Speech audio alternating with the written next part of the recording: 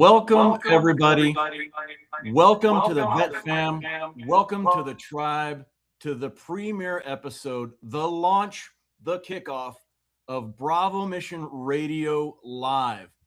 This is the show where we bring on real vets to hear real talk and make a real impact. And now it's in real time. I am United States Air Force veteran Ira Joker Dog Heron. And with me, as always, my brother from another mother. Don't let the family resemblance fool you. We're not twins. My bro pilot on this magic carpet ride, retired U.S. Air Force, the coach, Chaz Higgins. Chaz, over to you. Awesome. Well, what's up, my tribe? Welcome back again, man. We are super excited to bring to you live. But before we dive into today, here's what I need you to do. I need for you to like, share, subscribe, no matter what platform you're coming to us from. Please make sure you're sharing that. We are all about giving value back to our veteran tribe. If you have any questions for us, please drop them in the chat as we get into our topic for today. And man, buckle up, because this is going to be a ride. I need you guys to hang in there with us. I need you guys to support us. So thank you very much for being here today. Ira, Joker Dog, back over to you, buddy. As always, wonderful intro, my bro. So we decided a couple of weeks ago, after recording another sesh, Chaz and I sat down afterwards and said, man, this needs to go to the next level. Let's get this out faster and with more impact. Let's go live. We kind of batted some ideas around, like how do we, is it just us sitting there and you looking at our beautiful mugs, leaving comments, and we talk back and forth, or do we bring a guest on?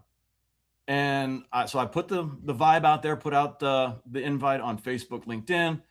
Next thing I know, on LinkedIn, like 2 minutes after I posted, our guest today, I'd love to be on your podcast. So I say, hey, cool, here's the link, schedule a chat.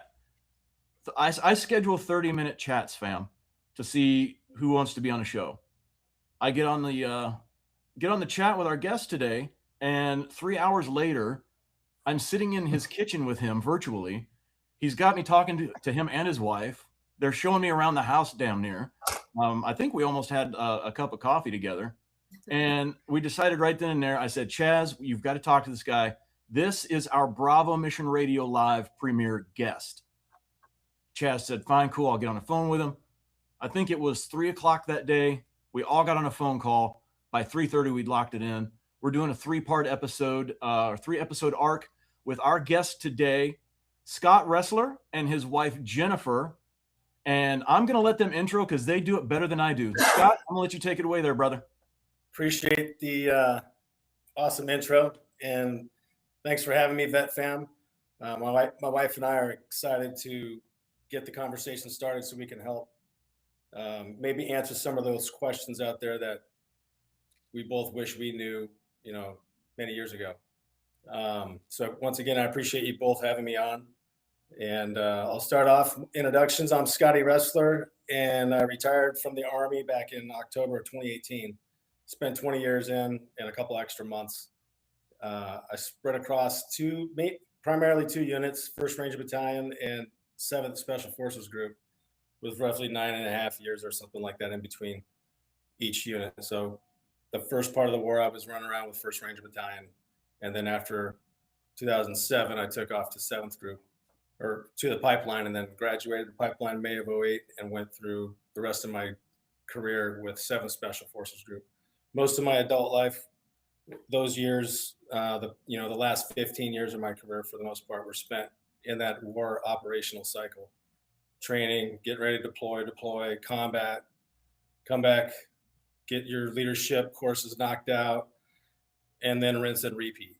Go to a school maybe, and then get back into pre-mission training and getting ready to deploy again. I got real good at my gig. I got real good at the job.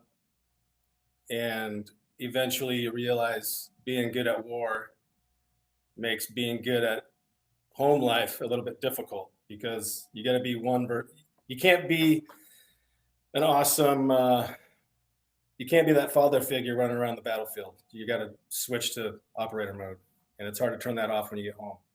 After retirement, I hit a point where I knew something had to change. Insomnia was kicking my butt. it was destroying me for the most part. Drinking had become normal just to help me get to sleep. Nervous system was stuck in overdrive. So then fast forward a few years ago, I got to jump into a study called the Stanford SOCF trifecta study, incorporating magnesium with a medicine called ibogaine. And I was one of 30 guys that got selected to go through it.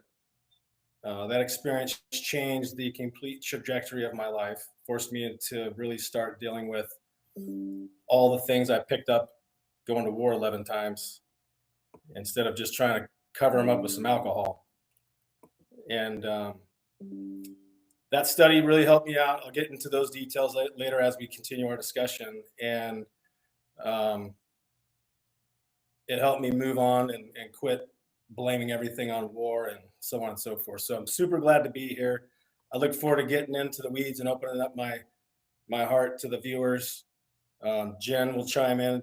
Her support and her knowledge, her ability to share with the spouse side of the house is really top notch. She's done it. She's had a few guest speaking engagements with different donor organizations out there, and she knows how to set the stage with what we all face on a day-to-day basis here at the house. Thanks for having me. I appreciate it. I'm Jen Ressler, wife of Scotty Ressler. I am not retired, and I'm not cool in any way. I work in corporate America. Oh, that's BS. I'm from Bell Buckle, Tennessee, and that's about me.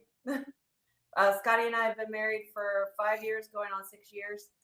We met after he retired and was kind of in the peak of his, or at least rising to the peak of just the absolute worst point in his life, probably. So it was, it's been an adventure. Yeah. I wouldn't change anything, honestly. So here we are today.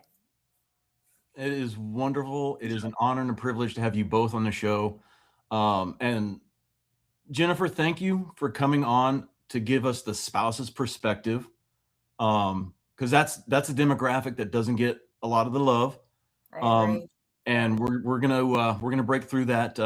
What is it you said you're gonna breach that wall like your operator taught you how to do? Like So, Scotty taught me. Yep. yeah. And Scott, I truly appreciate it, and as well as Chaz and the whole vet fam, you coming on here and just opening up. Vulnerability is not big with the military veteran world, but you're doing it. So I'm going to turn it over to you and just hear your story. Let us know why you joined the Army, what you did, and sir, the floor is yours. All right, guys and gals. Yes. Wife's sitting right here next to me. We just got two different cameras, so you guys can split us up when we're not shoulder to shoulder. But anyways, I grew up in Gresham, Oregon, of all places. It's real pretty and a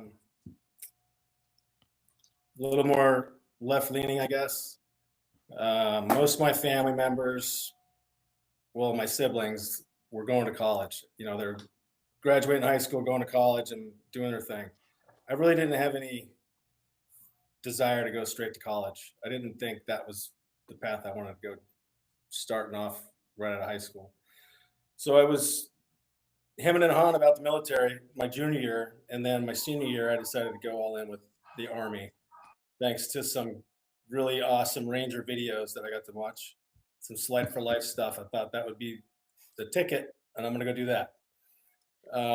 So I joined up with a delayed entry contract back in '94, and 6 days after high school graduation, I jumped on the bus and went to Fort Benning, Georgia, knocked out infantry basic training and AIT, and then airborne school, and then Ranger indoctrination program. So the 11 X-ray contract that I had guaranteed me a shot to get there as long as I passed each gate.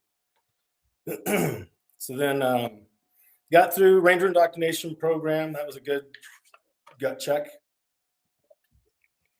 Lots of push-ups, flutter kicks, iron chair, sprints to the wood line and back, eating all the food because you can't let any of that food go to waste. Every time the hot chow showed up, we were eating more lima beans than a man should be forced to eat. But it taught me to listen and execute as quickly as humanly possible and not ask questions. And it's not a debate, just take orders and execute. So I spent 4 years in 2nd Ranger Battalion. I don't bring those guys up much. I love them to death. That's where I started my Army career. And after 4 years, I got out and was going to school in Seattle for a little bit. I joined the Guard as well for the remainder of my MSO, which was the time you owe back, for those that don't know. When you do a 4-year enlistment, you can be called back for inactive reserve status if something were to go down. And I thought, might as well get paid if I'm gonna have to do that. I was young and just missed it. I didn't really care too much about the money. I just needed the camaraderie. So I did that, and then that time wrapped up in August of 2001, and then a month later, we all saw 9/11 kick off. I sat and waited for about 4 or 5 months-ish, and then I picked the phone up and reached back to my former chain of command that I had in 2nd Ranger Battalion. And my last platoon sergeant was who I was trying to track down. God rest his soul, Sergeant Major Gunny Barreras. Tracked him down. He was a first sergeant in 1st Ranger Battalion at the time, which is why I ended up going to 1st Ranger Battalion. And he got me back in there right before OIF 2 kicked off. So I deployed 5 times with Ranger Battalion. It was amazing. I don't want to glorify war, but growing up wanting to be a little Ranger and becoming a big Ranger, and then going to war with the Rangers and sucking down the fire hose while you're learning and executing the missions at the op tempo that we were striving to achieve with General McChrystal and all those great minds above my pay grade. It turned into just a way of life. The op tempo, I started out like 90-day rotations for the first few and the first couple, two, maybe 3, I think 2. And then after that, it kind of rotated up to about 120 days, plus or minus. But the key was never to stop. So there was no delay. Rangers were always outside the gate conducting operations from the moment 9/11 kicked off and they got involved in the war to the moment we all came home and quit going to war. So it was a complete change of your way of life that you either adopted it and embraced it, or you finished up your enlistment and got out. Most of the guys were fighting to stay. So it became a eye-opening experience. We hadn't done that as a nation ever. What turned out to be a 20-year gig for our country. I think it changed my generation, our generation, our way of thinking. So if you compound that over the course of a 20-year career, the last 15 being going to war all the time, you can only imagine how switched on I was and how chaotic it was in my head, trying to calm down to the point where everyone thinks I'm normal. Because eventually I just gave up on trying to do that, which led to my descent, so to speak, which I'll get into a little bit later. But I'm trying to paint a picture for all the viewers or listeners. Those Ranger deployments were amazing, fast pace. Can't go into too much of the weeds per se, but it was a battle. We were fighting predominantly at night, and we got really good at owning the night, so to speak, along with all the other units and machines that we needed to execute those missions without getting into the weeds. The last deployment I did with Ranger Battalion was in 2006 out in Al Assad. So I was in Baghdad in the beginning, working out of the the hell do we call it, Green Zone, down there on the hangars. And then we moved out to an MSS site on the Tigris River where we conducted ops out of there. That was a little bit more kinetic, getting rocketed and stuff.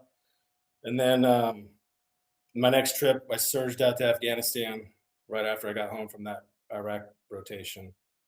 And I got to go travel around the hinterlands of Afghanistan. It was pretty wild, going from one to the other.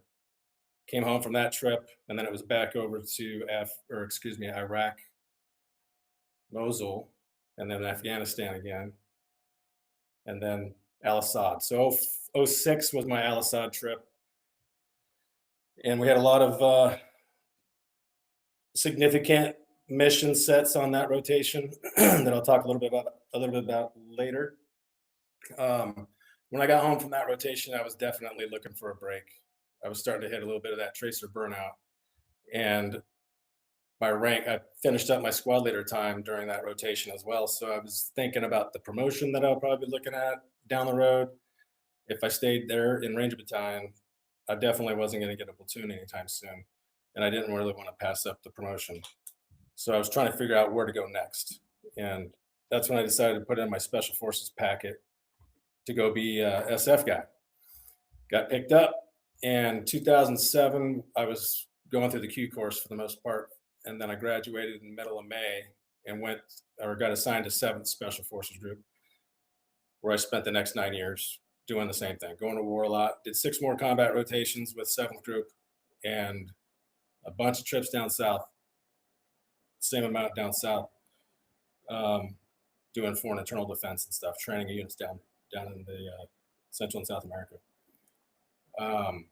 So in your first 5 years alone, you deployed in combat deployment 5 times as a Ranger. Yep, 5.5 years, yeah, 5 trips. And it's always mission first. I mean, all the veterans know, I mean, it's mission first above all else, but at that kind of tempo, doing what you were doing 5 times. A lot of CQB, a lot of Battle Drill 6. Mm-hmm. A lot of gaffs, ground assault, rolling in with vehicles, up armors and stuff like that. Mm-hmm. Driving up on the X or the front, driving up to the building or wherever the hell the enemy was at and getting our people where they need to be without breaking noise and light discipline or getting compromised, setting up charges in various breach points, and then you hear the countdown from the boss and go execute. The more that you can do on the mission, the better you are, right? The more of an asset you are to the squad or the platoon or the ODA or whatever. So I was all about trying to add some more tools to my kit. So I was a master breacher. I was also blowing stuff up. I was real good at placing charges and making sure I didn't kill anybody on the other side of that door. You don't want to go pee for plenty in combat necessarily. So it was all about the math and doing a lot of test shots and stuff like that. Go ahead. Scott, if I can ask you a quick question, can you talk a little bit about the mindset that you have to have, in that space, right? I'm really interested in hearing the mindset. The mindset, depending on your rank, is, the younger guys are constantly training, constantly trying to be at the right place at the right time and do the live fire scenarios and whatnot without screwing up. It's a lot of pressure in Ranger Battalion because everybody wants to be there, everybody volunteered to be there, and everybody's in really good shape. And most of the guys are all smart Rangers. There's some strong ones. I was one of the strong ones early in my career, doing a lot of push-ups and stuff for being super motivated and talking too much. But the mindset in the earlier portion of, my first 4 or 5 deployments, I would say it was sucking down the fire hose, being really good at the basics, not trying to pretend I was something I wasn't. The key to surviving in a combat environment is doing what the book tells you to do at the best of your ability. Like, oh, I'm hearing someone shoot at me. I might want to get down and get behind cover, figure out where they're at and shoot back, right? Sounds easy. Be surprised how many people just stand there and look around when they hear shit going off. And, you're just waiting to get hit. So I was super focused on just trying to be really good at the basics. And I think that's where I owed my some of my success in my career, just trying to be good at the basics. And that meant I had to be a good runner so I could max my PT score. That meant I had to do push-ups all the time, so I never failed the push-ups because you had to do them perfect form in Ranger Battalion and Ranger School and so on. And I did a lot of sit-ups because I didn't want to be the guy that can't do the sit-ups for some reason and still has big biceps and abs when I'm at the beach, but I can't do enough to pass a PT test to go on to a big school or something. So I was all about focusing on myself to the point where you kind of, in Ranger Battalion, you would have your clique or whatever, your group of Ranger buddies that you hung out with all the time, and the most time everybody had the same heads. Everybody had the same thought process. We'd go out and have fun together, hit the clubs, come home, or sleeping in the barracks, wake up the next morning, and a handful of us would go for a long run. The rest of the guys would hit the gym. We weren't just laying around relaxing while we weren't deployed. It was never ending. So you deployed and did the war thing, and then you'd come home and you'd be deployed, at the unit. You'd go to the range every day, spend a couple weeks out doing some old school infantry training, take off to some schools. So the mindset was always turned on. You couldn't shut off, or you were worried about losing the job or getting promoted out of the job, or missing the promotion. You want to compete for the good stuff, so you got to stay focused and turned on. And I'm glad you asked that question. It probably was the beginning of my PTSD, never getting a break. But most of everybody, I can sit here and rack my brain. All those senior leaders that I looked up to were all switched on constantly too. It was just the way that we were bred to go. Just Ranger never sleeps. Ranger go, go, go. And now we call that his hypervigilance. Yeah, I had to go to Mexico to get that taken care of. So as those Ranger deployments racked up, experience, that's a lot of deployments. And I think all told, I had about 60 some odd months, 65 maybe, somewhere in the 60 months deployed in combat. Not all of that was staring behind, looking down the sights, shooting at bad guys, but you get it. You're going on a lot of operations. You're doing a lot of planning and gathering the intel and trying to piece together what you think the enemy's up to. And you're trying to keep expanding that white space that you can operate in and not worry about getting shot or blown up. It's a game. It's a chess game for sure. The mindset shifts more to strategic as you get, as you invest more years in going to war as your job, you start to think about other things versus just the basics. Get down and return, seek cover and return fire. And I know it sounds super basic. I'm just keeping it focused at the lowest level, because if you try and just bypass all that good stuff and shoot up to briefing a Ranger op order and trying to lead dudes without understanding the basics inside and out, you're not going to do very good.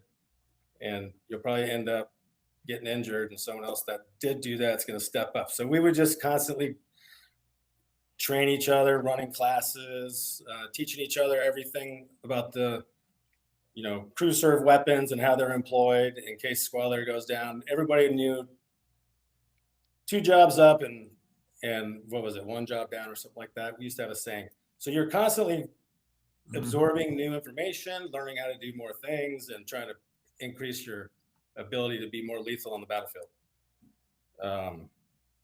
That kind of pushed me up to 2007 Q course. Q course was cool.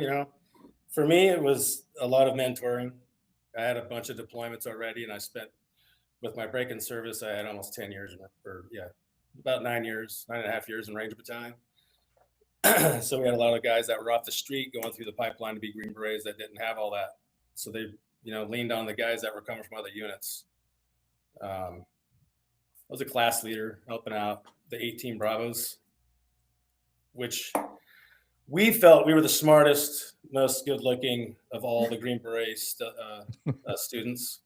Mm-hmm. But it is what it is.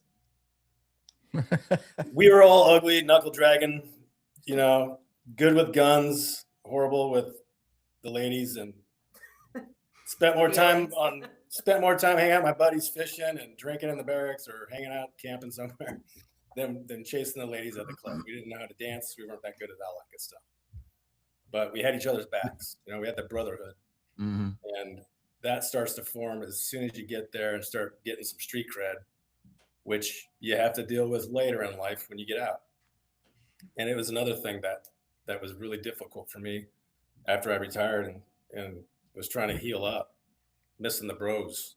Every time they'd call me at 10 o'clock at night to go out and have a drink, because some of them was, somebody I knew that I worked with in the back of the day was in town or flying through to do something elsewhere. And I feel obligated to pack it up and go hang out and get shit faced and show up at 2 a.m. blasted, smelling like cigarettes and salt water, and then wake up the next day like it's just the way it is because I served and I retired, and this is how we hang out when guys come around. We got to drop everything to go drink and say the same stories over and over again. Mm-hmm. Yeah. And so, I mean, I think that's a really, a really good deep insight right there, because I think as leaders in the military, you do feel like you have that obligation. I mean, at one point you were probably, you were just as much responsible for their lives as whoever was in charge, right? Because you guys are a team and everybody relies on everybody to survive. And so I think, I feel like that phone call at 10 o'clock at night when it came in saying, "Hey bro, I'm in town." Like there's almost that obligation because, it's like for so long, his life was just as important as your life or right. I mean, I would assume that was probably a lot of the case. Which ends up leading to drinking a lot, right? I've never thought about it that way. Yeah. I'm glad you said that. I've never looked at it from that perspective, like ever. Whenever he would do it, he would go hang out with his homies. I was just like, God, these shitheads are in town again. Like, oh, but I never thought about that. So thank you. You opened some new insight for me there. Sometimes I do what I can do. Good job, Chaz. Wow. Thanks, man. Yeah, I never thought to help us out. That's why he's the coach. That's why he's the coach. Yeah. The Special Forces deployments were a lot different than Ranger Battalion deployments. There's fewer of you, right? So in SF, you got a 12-man ODA, and you're lucky to ever have a full ODA because guys get hurt or get out, and you're waiting for somebody to replace them. So you do what you can with a lot less human effort. So that means you're planning longer. Your life is all encompassing whatever it is you got coming up, because there's so much, 6 months out is when you really start picking up the phone, ordering the equipment you need, making coordinations with whoever the adjacent units are that are going to be out there. You got to set up meetings and go talk and exchange, commo and this and that without getting into it. It's about a 6 month out process where you begin diving into wherever it is your next trip is. And you can't shut that off that easily because you're constantly thinking about how to make the best of what you got coming up. You're always trying to improve your foxhole. We all get told that. The same thing applies in everything that I used to do. So the Special Forces pre-mission training was a huge piece of your life. And then that would cease. You'd get done doing your pre-mission training wherever you got. Most times we'd head out to like Fort Bliss or Las Playas in Mexico, where we could do all of our good stuff out there. And then you come home and get a couple weeks to chill out. And then next thing you know, you're preparing to get on a plane, a C-17, and head out. The planning and the mindset never shut off for me. That's 20 years. The first 5 weren't so rigid, but once I came back in after 9/11, that process that I stayed in continually tightened the screws a little bit each trip. I would learn a little bit more about certain things that I need to get better at, or I would start adding different revolutions of, planning and stuff. Things got more technical as we continued through. So I was learning about different gear and different ways to get the intel needed for different missions and whatnot. It became like how to describe it? Like you become a franchise player, so to speak, right? And now you've got all the cool gear. You got your Gucci shit that you think's awesome that you take on your little trips. Everyone's got their candles to keep their living hut smelling halfway decent. I mean, the first couple deployments, we would shower maybe once a week, maybe twice a week. And you had about 2 minutes. And if you exceeded 2 minutes, you'd be sweating and covered in mud by the time you got done getting smoked for wasting water. So, I mean, it went from that in the early rotations to having your own little living, chew, like a trailer without wheels that has its own air conditioning blasting in it. It's just one big room, basically, that you fill with random trash you find around the camps to call yourself, to call a table or and to call it home, man. Like to call it home. You guys all are trash. Yeah. And like having a fort, grown man building his fort, and then getting ready to go out and do some missions. So I had a good time. I really did. Early on, it was fun for me. I didn't think the battles were fun too. I'm not going to lie about that. I mean, I don't want to sound heartless, but when you go out and you win the battle, it's fun and you celebrate. That's normal. It's like winning a football game or playing baseball, hitting a home run when you guys are down by 2 or something, and you pull out a victory. If confidence drove my cockiness is what I'm getting at. And then that cockiness and confidence started dripping into my, my at-home life. And, your bravado and all that shit keeps building, and you keep thinking you're the man, and now you're believing all the bullshit that's coming out of your own mouth. And right around the middle of the global war on terror for my timeline was when everyone was, the flags weren't hanging out the windows anymore, but people started familiarizing themselves with what was going on in the global war on terror. And pretty sure that's when all the beheadings were starting to kick off, and attention was drawn back to the war or wars. And I remember around that time frame, I had a gut feeling that this shit's gonna get worse before it gets better, and that's exactly what happened. The casualties started to increase. The home side, guys self-medicating. I'm talking 2012-ish was when I saw the back breaking in the machine that was doing such a good job leading up to that rotation. But crazy ideas, like who in the hell thinks it's good to take away our ability to own the night and go out and do operations? We get less casualties. There's less civilians on the battlefield, and I can go down a long list. When in 2012 we couldn't go out at night because we didn't want to give off an impression that we were overly confident in battle during the night or some bullshit.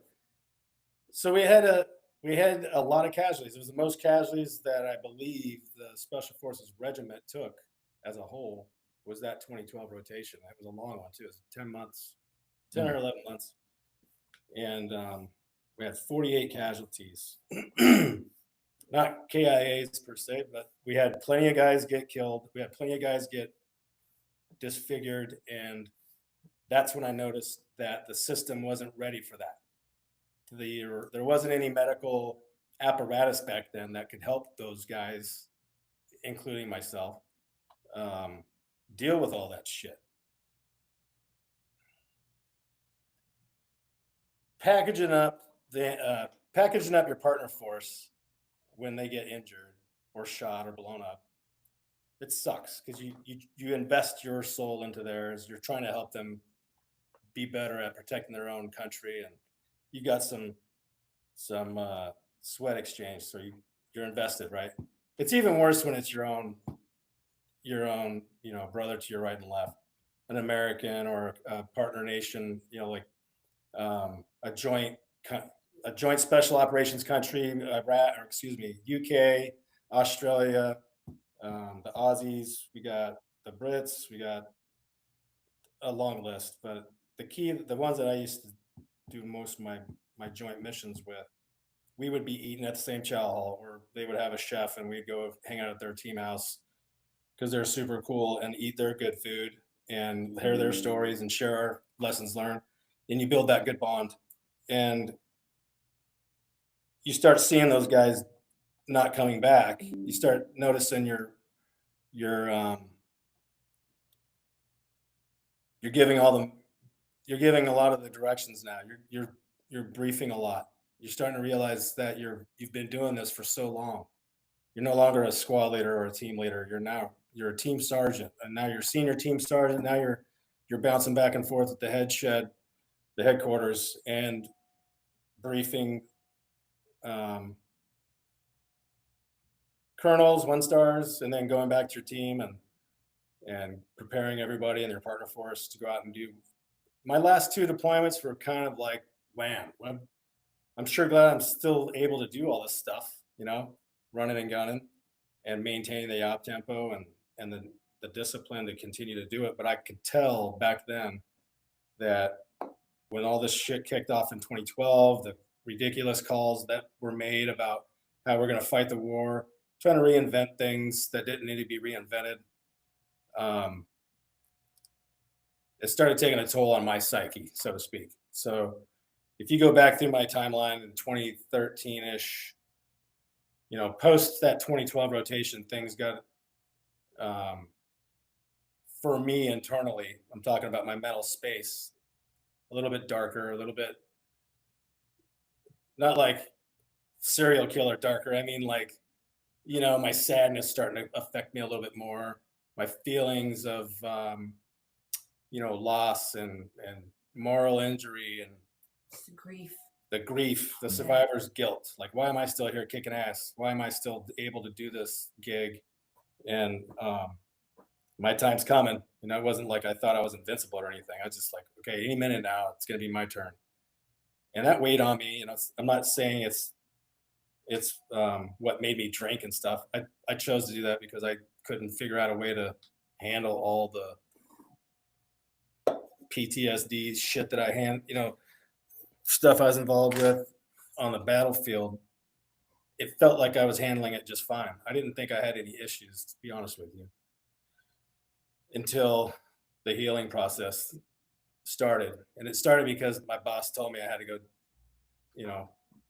I was no longer going to deploy. I was like two years out from retirement. I thought I could squeeze one more in there, but they pulled the brakes and said, nope, now it's time to get you back down on planet Earth.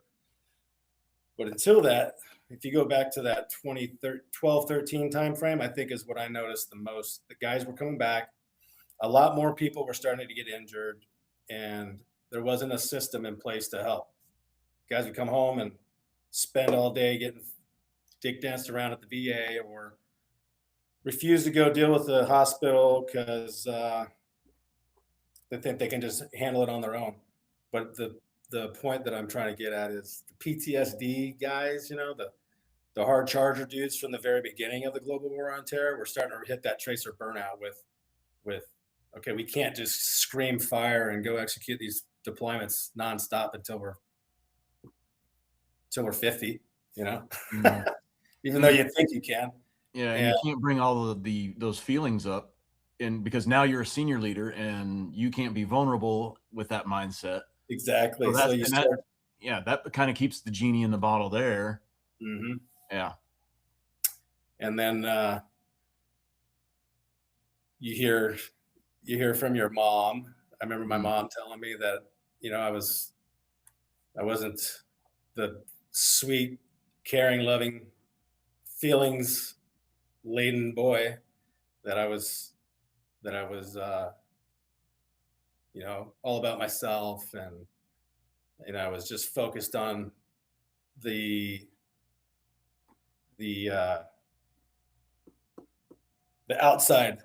I appeared to be super squared away, both mentally, physically, and everything else. But those emotions that get killed, your empathy turns off after so many deployments. You see so much carnage and stuff that don't quote me, I'm not a doctor or anything, but from all the neurosurgeons I had to go or psychiatrists and brain docs that I did have to go talk to eventually, I learned that your brain is a survival mechanism to shut off that frontal lobe, your empathy, so that you can handle what you got to go do for work and survival. And it stays there. Eventually, it doesn't shut off. It does. I didn't have enough time not going to war for it to readjust. Mm-hmm. The deployments were just endless. but I volunteered for it. I'm not crying or complaining. I'm just saying that I think there has to be some changes, and not going to war would be the best option, but that's not going to happen. We've always got enemies trying to figure out how to get back at us that'll probably be forever. But anyway, there's got to be something that can be implemented for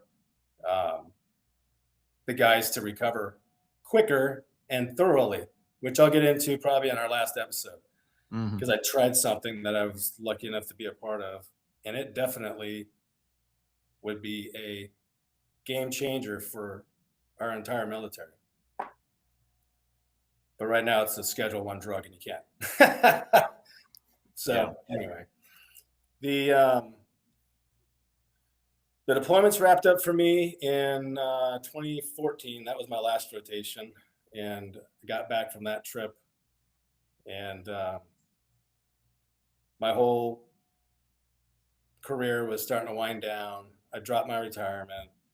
I started getting sent off to go get different kind of experimental for PTSD treatments. The first one was the PrEP program, where I spent 4 months down at the Tampa VA while I was on active duty with a handful of other senior guys from different branches of the SOF community. And they had 8 experts in their field of study, different doctors for different parts of our setup, working on us each day. And you just get your list of appointments, work yourself around the hospital. It was a sectioned off part of the VA down there. And it was really nice. It was a fresh, a new building that had all the latest, greatest stuff in it. And they were doing their best to try to help us out. It was General Votel and his wife's mission to try to slow the SOF suicide rate. And they figured the first place they got to start is the healing, the treatment. And that's where I learned I had cognitive issues. My speech I had an impediment from the brain, from the head trauma and the hearing loss, a slew of other things that I encountered on all those deployments. They slowed down my speech a little bit, right? And I was talking about it with the speech therapist. She explained it, and that from that moment, I was like, okay, now I get it.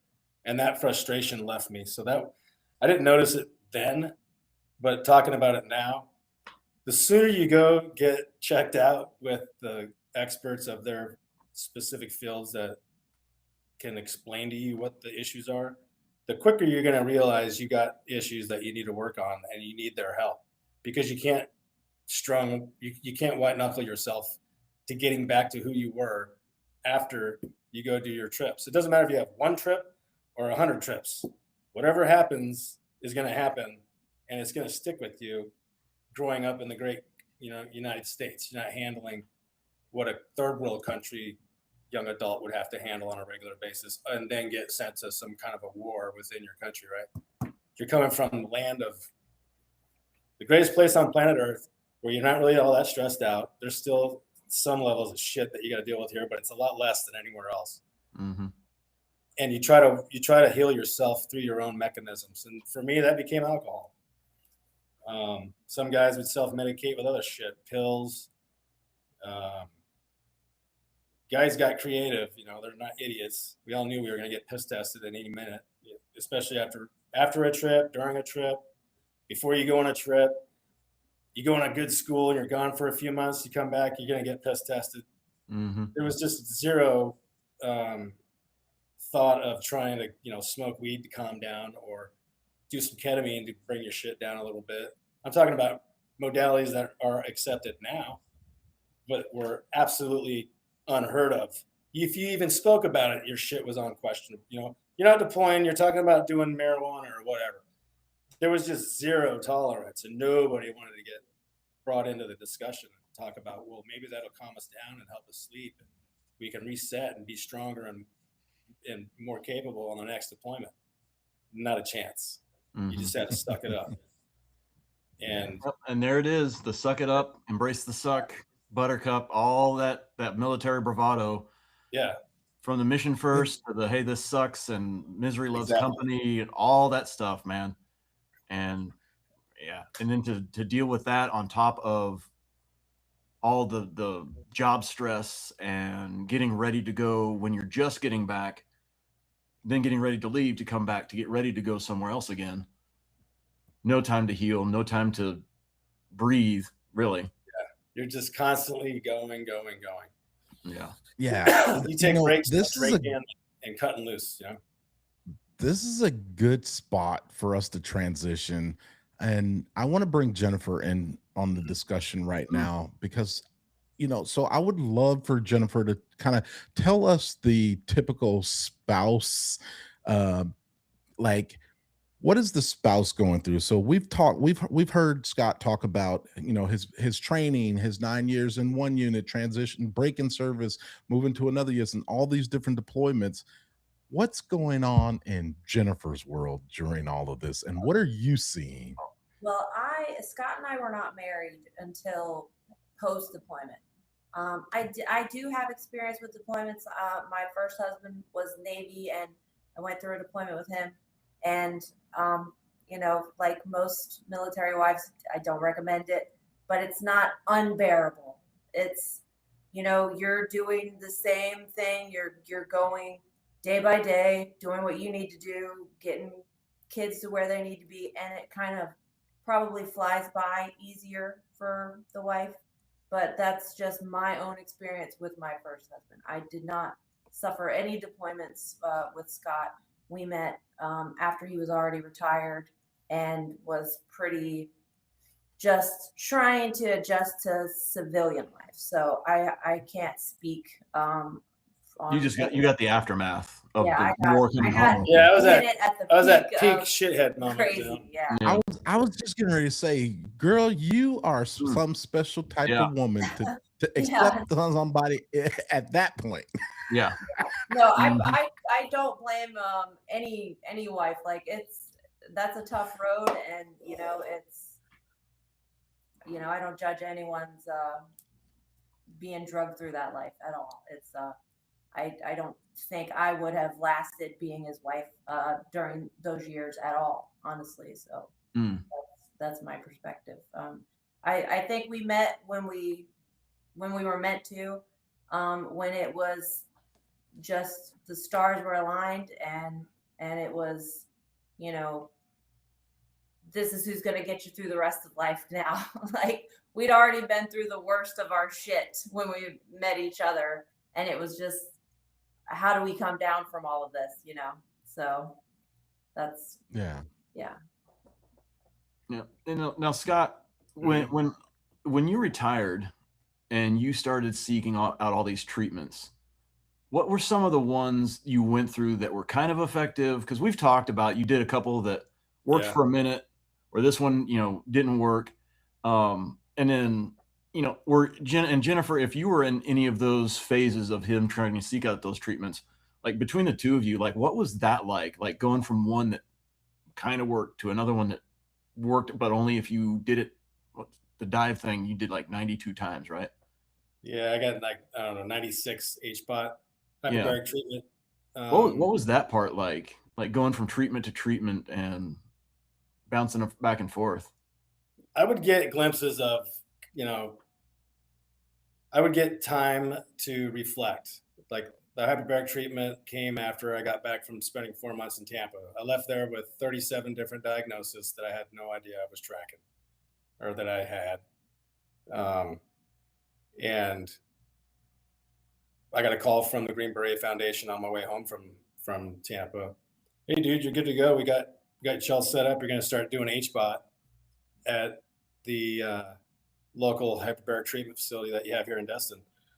And at first I was like, what are you talking about, man? I just got done spending 4 months in Tampa. I just want to go back to work, and so on and so forth. He's like, yeah, well, we were talking to the boss. You're good. You're going to do this, and let us know how it goes. Keep track. I'm like, okay, I'm doing it. I love it. Thank you guys for looking out for me. And I started doing it. I noticed after about 15 or 20 dives, that some of my memory issues were starting to not become, like, they just faded off. Some of my, little things, like leaving my keys in my house, but not where I normally leave them, and not being able to figure out where they're at, and blaming everybody but myself for why they're not where they're supposed to be. That subsided a little bit with HBOT, but it didn't stay I think the problem that I noticed, if there is anything negative about it, my sleep improved a little bit, and my memory. I remember those. Oh my gosh, I can remember. I haven't lost my keys in months, and the other little things that I can recall. The effects of it though wouldn't stick for probably more than what 5 or 6 months, and I ran into some buddies that it turned their lives around. And they're like, yeah, you got to sustain dive. You got to go in at least once a month to keep whatever benefit you've got from it. Jennifer and I met when I wrapped up the HBOT, and I was at a good spot. I was a single dad. My divorce with my ex-wife was over with, and I was doing my things all by myself with me. And I had one of my best civilian friends, still to this day, good old Terry.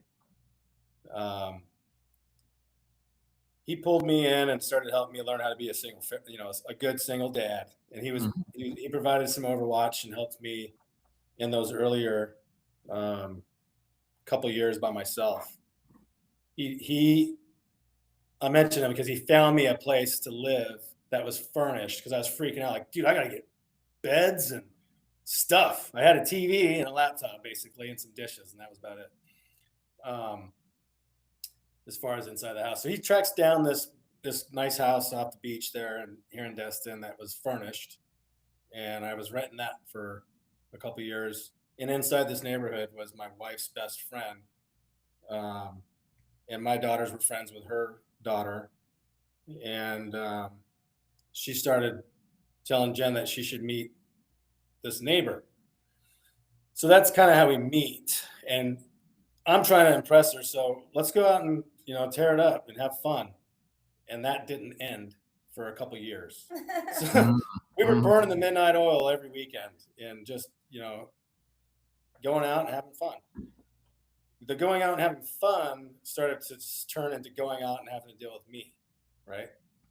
Now I'm just getting louder, and you can clearly tell I'm not happy, but I'm trying to pretend that no one knows I'm struggling. And Jen's trying to put out fires so we don't get kicked out of every bar in town. And I'm not good at receiving a tongue lashing the next day when I think I'm invincible and I don't have any issues, right? But I was starting to have issues that my therapy and the HBOT and the still A ganglion shots in the neck had brought me some level of clarity and the ability to calm down. But I just continued to keep drinking to help me sleep and take the edge off, so to speak. And that became like Thursday, Friday, Saturday, Sunday. In the beginning, it was just the weekends. Friday, I can't wait for Friday. Maybe Thursday, go have dinner somewhere and drink a couple drinks, but not get shit-faced. That turned into,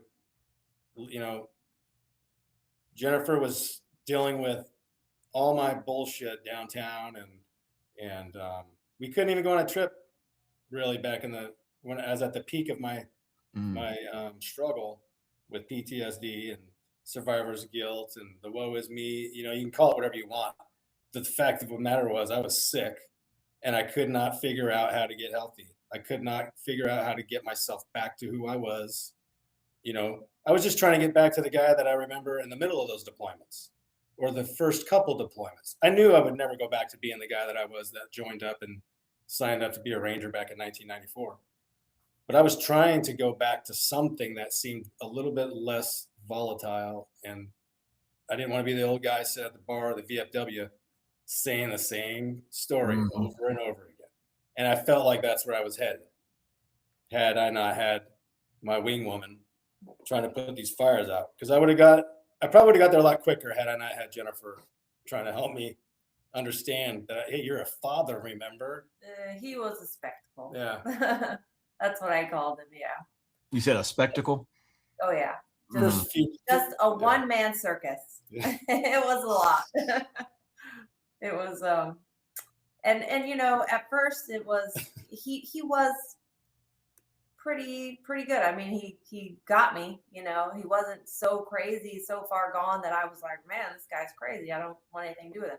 He still he was never like, just so out of control that, it was just awful to experience. There was fun Scott, and then there was sad Scott, and it was just. Tell them about the nights I just bawled my eyes out. Go ahead and share. I'll share what I want to Okay, share. She's spoken, Scott. She's spoken. Yeah, it was.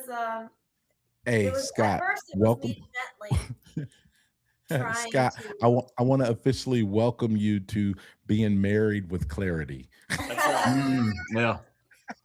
I love it. At first, it was me gently, recommending, hey, maybe you should do more HBOT dives again. You're retired now. Maybe you can try to smoke marijuana and it will help with your pain. He was against all of that. Maybe you should try the stellate ganglia box. And finally, he's just like, this is as good as it's gonna get. If you don't like it, there's the door. And it kind of, I was like, oh, okay. So. Yeah. I started reading a bunch of books on PTSD, TBI. I read The Body Keeps the Score, a couple other pretty good books on how wives and mothers of other veterans have kind of, what do you do? Well, it kind of turned into me trying to be helpful and to me kind of enabling him. At one point, it was like I was doing things, removing triggers so that we could do things. I was trying to foresee things happening in a way that would piss him off or set him off or cause him to just have the worst time. And I wasn't just doing it for me. I was doing it for 5 kids too. We had a blended family. His daughters were real young, I think 4 and 5 when I met them, and we instantly just Brady bunched. It was, like I said, just definitely written in the stars. It was the right time, the right people, and we all needed each other in this period of time. So I started gently telling him, you set the tone for the kids in the morning. Maybe you could be a little less upset because we can't find our shoes, or don't yell at them before they go to school and have, you just set the tone for the day. You're the father, and that kind of started softening his heart. I could see a couple of things that I was saying start to have some impact, where he would start listening. And I would brag about my own dad, because I have a great dad. And I'd be like, well, my dad would do this whenever. I would just give him gentle little recommendations. But his capacity for kids being loud or just playing, it was so short. And it would cause everybody to be jumpy in the house. Everybody's walking on eggshells. We don't know how dad's going to act today. Or if dad's even going to be here today, because, if he had been out all night and I beat him in the head with my pan and he woke up on the floor the next morning, the kids are like, where's dad? He went to the beach. Sometimes we would just need that separation, and I would appreciate the separation, but like he said, it came from Friday, Saturday to now it's every day. And I'm working full time, and I'm at home all the time, and I'm helping with all the kids all the time. And I have my own kids to care for too. They were still in the house. I mean, my kids are a little older than his, but I was, mostly caring for his children when they were with us. And it was weighing me down. I'm like, Scott, you're missing so much, man. Like, I don't know. You can't get this back. Like, you need to snap out of it. And there were times where, we'd go out and we'd have the best time ever. And by the end of the night, he's breaking down. It was like just the guilt of even, like, he didn't feel, sorry. Gotta let it out, baby. Yeah. You're doing great. Well, she's, it was like he didn't feel like he was worthy of his kids, of any happiness, of even having, like, he just felt guilty because you know, he had friends that couldn't have these experiences anymore, and it weighed the most on his heart, just like weighed him down, and you could just see it. And it was just really hard to watch. One of the things that people outside of the military may not understand, you don't come back from all your deployments broken in the way that people imagine. You know, most of us are coming home super functional, can get up and go to work, lead, solve problems, handle pressure. Everything looks normal on the outside. The problem is your nervous system never gets time to turn off, reset, get your empathy back up and running, make you understand people's feelings and where they're at with their, you know, speech and topic of discussion. Mine was stone cold Steve Austin turned off, and everything was black and white, right? And like Jen was just saying, triggers at home, they're not like dramatic movie moments some folks might think. A lot of the times it was little shit like my kids, they're young, they're playing, they're having a good time. If you had me, if you and I, if the four of us were having this discussion 6 years ago, 5 years ago, I wouldn't be able to explain it like I am right now. I was so different because of all the shit that I went through, all the deployments, my head, I say head space and timing for the guys out there that understand how to set a 50 cal up, but the head, my brain, my way of thinking, everything was fucked up. Excuse my French. Everything was out of whack. Eating all the overpressure, you know, burning in on junk. My whole career, I was full of different injuries that I didn't think would add up at some point, right? But I noticed, like Jen just mentioned, the kids yelling, having fun, you know, not screaming and beating their head against the wall, just having fun. I would lose my mind because it would trigger. I'm doing a job. I'm working. I'm doing my job overseas. We blow the doors. We enter the building or this house or whatever. As soon as you blow charges, if there's children in there, they're screaming. And it immediately would trigger my fight or flight, so to speak. My heart rate would shoot up. And I would try to fix that by yelling, God, calm down. I wasn't big on yelling like cuss words and stuff like that. But it would take me to the point where I'm using my voice inflection to get command of everything. And now everyone's scared shitless because Dad's using his Ranger voice instead of his, you know, loving voice. Mm-hmm.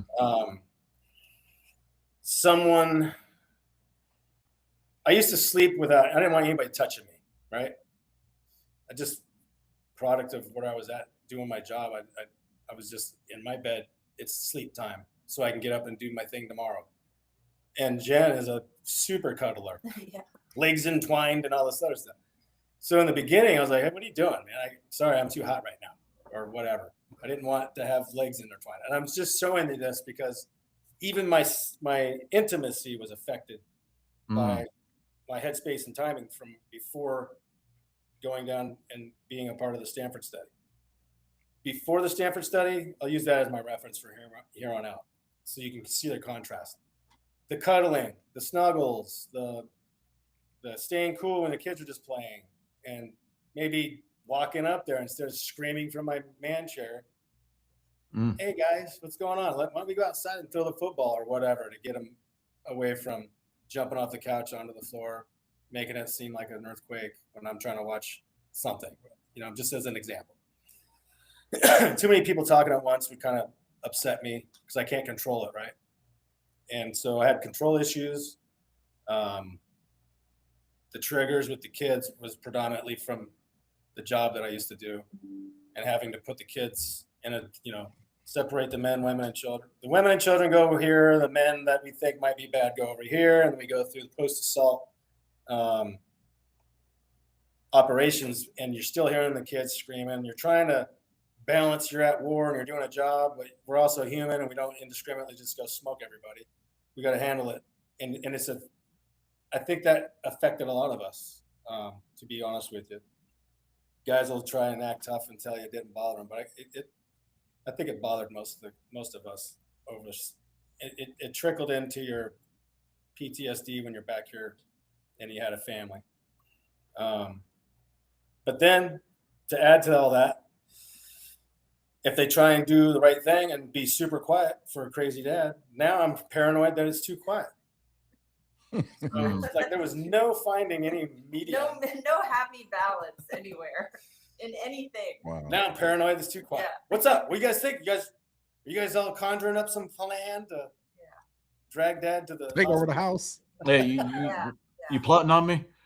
Right. Yeah. Yeah. So then that was kicking in. It did get to a point though where I was just like, what do I do? I have to decide, am I going to live helping manage this with him, or am I gonna just leave and cut my losses and start over again? But it was literally a couple weeks past that his friend had come down. This is when I was deciding, like, okay, I'm about to cut ties and go my own way, because I've done everything I can.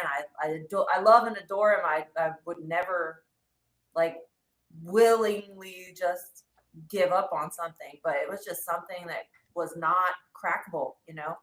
I could not figure out how to help him, what to do, how to even get him to do the basics like regular therapy and stuff. He was just sick of all that, and understandably, so his friend came down, his ranger buddy came down and told us about the study, and I saw just a ray of hope.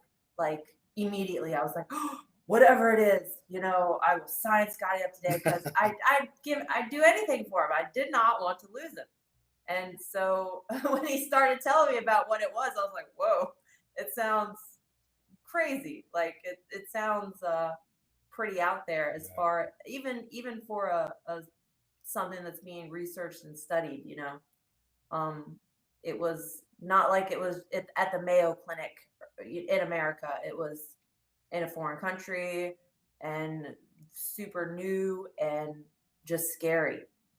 So when Mike told us about it, Scott, of course, was like, "Meh, nothing's gonna work. But if you could talk Jen into it, then fine, I'll do it." So I did so much research. I looked up a bunch of case studies on it. A lot of the major concerns, at least this was back in 2022, was around how it's kind of hard on your heart. So they figured that out by then though, and had the magnesium added in there to kind of protect the heart. Plus Scott's, the healthiest, he's a freak of nature. I was not worried about his body being able to handle it or anything. So that part was the only scary part, was the heart issues. That everything else seemed to be absolutely just life-changing for these people. And it was addicts, lots of people with different autoimmune diseases, and then lots of veterans with what they had termed as operator syndrome, with PTSD and TBI, and just a long list of all the shit you get from racking up all of those tours. So there was a lot of people like him that I was comparing to as well, and that kind of helped me get comfortable with it. But I hate to say it, because I'm like, oh my God, I sent my husband off and he could die, but that's okay. And I felt so guilty. Anything to help him just get better. Good God. But I wasn't thinking about just himself. I was thinking about our kids. I was thinking about his mom, his sisters, his siblings. They all love him. They all missed him. And, over the years, they described just, how great he was. He's just a pure sunshine person, especially his mom, which broke my heart, because, she's like, he's not the same, but I don't expect him to be. She's tough as nails, just like Scotty. So if you want to know she's my how he can be that tough, it's definitely 100% his mama. Yeah. And you said something the first time we talked, Jennifer. You said something what you weren't going to let happen. And it really resonated. And I want you to say it once and twice so the people in the back can hear it. Yes. If it was me or the war, I am absolutely not letting the war win Scott over me. I Mhm. was Gosh, bound I and love that. determined at that point, like, that's it. I'm waging war now and I'm going to win. And, 20 years of shit going through the army is not going to keep me from having what I want, which is Mhm. this operator. And it just lit a Yeah. fire under me too. So I was from the points we presented it to Scott and Scott said yes, I was lining up everything. I was okay, I'll get the kids to school on time still, and I can make all the lunches and everybody's gonna be perfect, and nobody's gonna miss anything. We're cheering you on. You don't have to worry about anything. Just kind of setting things up at home so that he wouldn't feel, like he was needed. I wanted him to be able to get completely in the freaking zone because it was Yeah. 3 months, and he had to do hormone replacement therapy leading up to it. The MERT stuff he had like 6 weeks of that, I think. Mhm. And I didn't want him thinking or having to focus on anything else. I was able to take off a couple weeks and actually go out there and hang out with him for a couple weeks too, which was awesome before the Ibogaine part. But it was just, and yeah, I'll let Scotty go back, but it was a fight to get to that point. But I had that glimmer of hope with this study, and I was just like, oh my gosh, thank you God. I love I it. finally And get my happy. yeah.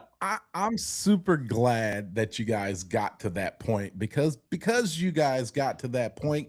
That's where we're gonna pause this episode. Mhm. We want to be respectful of people's time, and let's just be honest. Most people have probably turned us off, no matter how good of a story this is.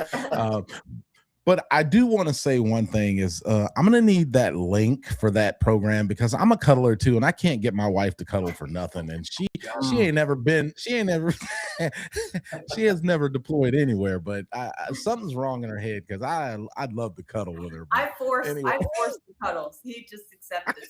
Ah, Yeah, we- don't get me wrong. It was just an old Ranger deployed all the time, kind of weird place I was at in my head. But as I started getting some healing knocked out and becoming a less hypervigilant, it became a thing that I wanted. It was like a reassurance that I'm not jacked up. I'm getting better. Snuggling is good. I don't need to fight snuggling. It feels nice. yeah. So, Yeah, no, that's awesome, man. Listen, I want to thank you both for being vulnerable and sharing your story. Mhm. Man, that was really deep. I really truly enjoyed that, and I can't wait for us to continue this because I'm so invested in hearing the program and then where you guys are now, which I kind of already know where you are now, but I just want our tribe to see and actually experience that transformation with you. So I do definitely thank you both for sharing those deep insights with us, and I can't wait for us to continue this on the next episode. Joker Dog, what you got, bro? So next episode, we are going to actually shift gears and talk more with Jennifer about the spouse experience of what she had to do to get Scott to take on that Stanford Ibogaine study, right? Because, and I think Scott was the one who told me, he goes, "What kind of wife's going to let her husband go down to Mexico and try a drug?" You know, yeah. Crazy But one. but what I loved about what you said, and right before you wrapped up your part there was you wanted Scott to focus on Scott. And that was the first time probably in since you were 18 and joined the Rangers that Scott got to focus on Scott. yeah, that's a good And point. Very good point. that right there is something I think the whole vet fam needed to hear because there are times when as the veteran you just need, hey, can you just give me a week or a weekend to just and you gave him how like 3 months 3 months, yeah. Yeah. which is remarkable because that's the first time Scott got to take care of Scott. We'll just say ever. And I'm so so glad you Jennifer, brought that up. I've never thought of it that way, and it's extremely on point. yeah, and Jennifer, for you to do that is incredible. And I'm right there alongside Chaz.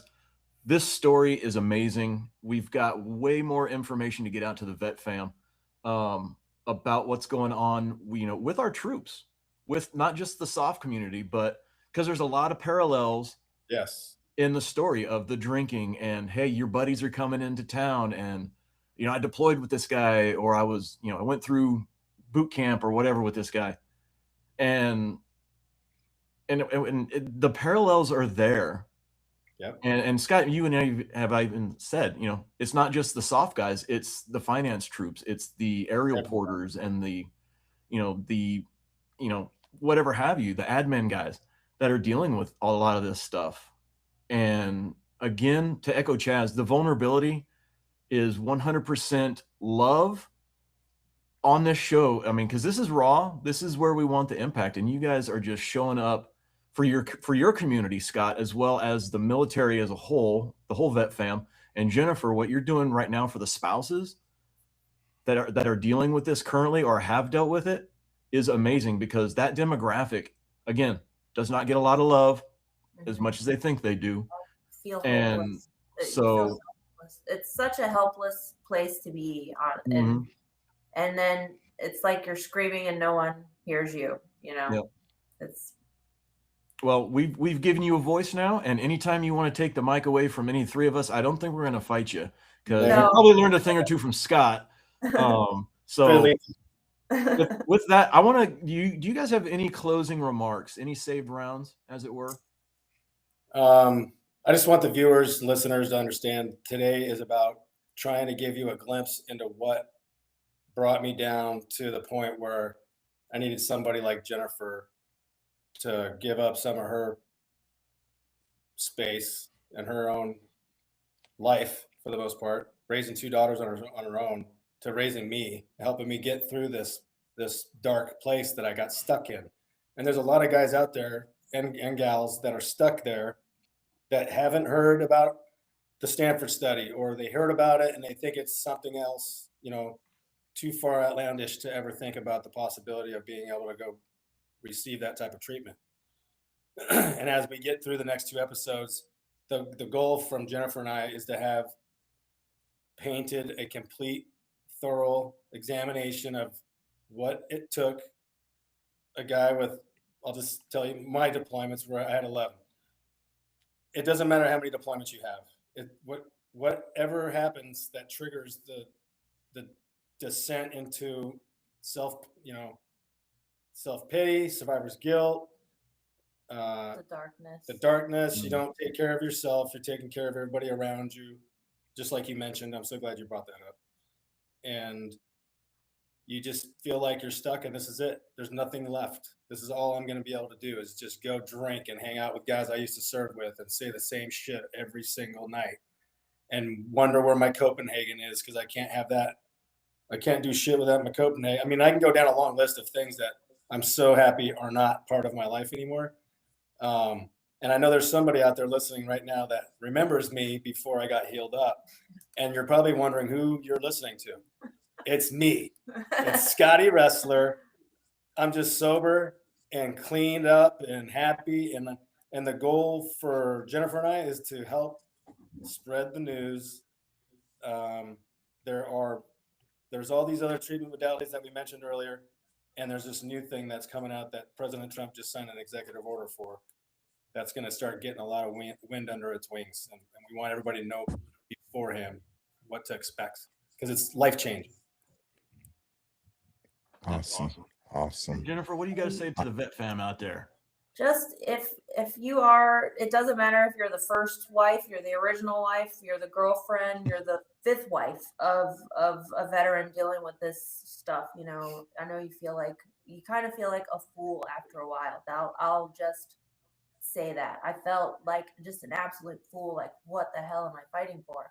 And then you get the glimpses of your veteran and the good glimpses, like, who they are deep down, and you just miss that, or you want more of that. And, just don't give up yet. There's so much hope now with the different plant medicines, and it's only going to get better. And, if you can hang in there, if you can just get drugged through the mud and get through it. The grass is greener where you water it. Like, hang in there and get through it, and you will get your, like, Scotty is just, you know, I make jokes all the time, like, he's my hero, he's my knight in shining armor, he's all of these things that you want as a little girl. You grow up thinking you're gonna marry the prince, the knight, the warrior, and that's what you have, and you just desperately want to hold on to it. That's a super girly perspective, but I know there's a lot of women out there that feel exactly the way that I do deep down. Just the little girl in you is like, it's gonna be okay. You can get through anything, and you can. There's light at the end of the tunnel. So hang in there, and hopefully one of these treatments will be available, and the right one for them soon. Like, the sooner, the wider the audience, the more the word can spread. I know wives are digging into it, doing their own research, just working just as hard as I was to find something, some hope. So it's here, and just keep going. And don't let the war win, right, Jennifer? Don't let the war win. Yes. Yep. Right. I love it. And so we're going to get more into the Ibogaine study, what you and Scott went through in the third episode. But the next episode, Vet Fam, if you didn't bring your spouse, your loved one, your kids to this episode, make sure you do for the next one, because Jennifer is going to, lead us through what it took to get Scott down there to take care of himself, what she did to, to support herself during this and the kids and maintain a household, to not let the war win. And that's what our next episode's all about. So bring your spouse, bring your, like Jen said, bring your girlfriend, bring your kids, your fiance. Make this a family thing, because the Vet Fam is all encompassing. It's not just the veteran. Right. And if they don't have the support, I mean, just plainly, they're so unlikely to do it. The veteran's not just going to be like, okay, I'm going to go do this. Bye. You need support at home. So yes. And for those who don't have it, Vet Fam, if you know a guy or a female who is out there as a veteran and is like kind of lost, or they don't know how to deal with this, drag them by the ear back to your house, or make sure they're online for the next episode. Make sure that they tune into BravoMission Radio Live, BravoMission Radio. We are going to change the face of how the veteran community as a whole, not just the veteran, but their families, their support systems, their loved ones, can deal with this transition, because we have to take care of ourselves. So if you know someone who's out there that doesn't have a support system, become their support system. You've heard me say it a million times, right, Brother Chaz? All the texting, all the social medias, pick up a phone and just dial their number. The Get them to watch. Yeah, the old-fashioned way. I wish we had a rotary dial app, But Vet Fam, for this episode, again, Jennifer, Scott, thank you so much for being here, opening up completely and totally pouring your hearts and souls into this and being vulnerable. We're going to talk some more before we get back on the air for the next show, of course. But Brother Chaz, unless you've got anything. Yes, Scott, Jennifer, please. I'd love to talk a little bit more backstage. So please stand by when we go off. Okay. Vet Tribe. Again, I'm going to say this. We're live. It is May 17th. May is Mental Health Awareness Month. Reach out. I normally would say reach out to a vet, but I'm going to tell you to reach out to anybody that you think may be suffering, just to check in with them. I need preferably eyes on, but if you can't get eyes on, make that courtesy call. Check on somebody, check on a friend, check on a vet, check on a brother that's away at college, a sister away at college. Check on everybody in the month of May. If you're not going to do it any other time, but please, please, please, mental health is a real thing. We all face some type of challenge through our lives, and you could be that change that helped them recover from that. So please, please, please take it upon yourself to reach out to somebody who you think might be in need. And as always, if you like what BravoMission Radio Live has, please like, share, subscribe, and we'll see you on the next episode. Ira, back over to you, Joker Dog. Outstanding. And I have one last say round. Check in on yourselves as well. Sometimes all it takes is just turn the noise off, sit in a room, nice fresca, maybe some light jazz in the background. Just take stock of where you're at and where you want to be. And with that, Vet Fam, Tribe, this has been amazing. And this is BravoMission Radio, out for now. Peace. Not bad. Not bad.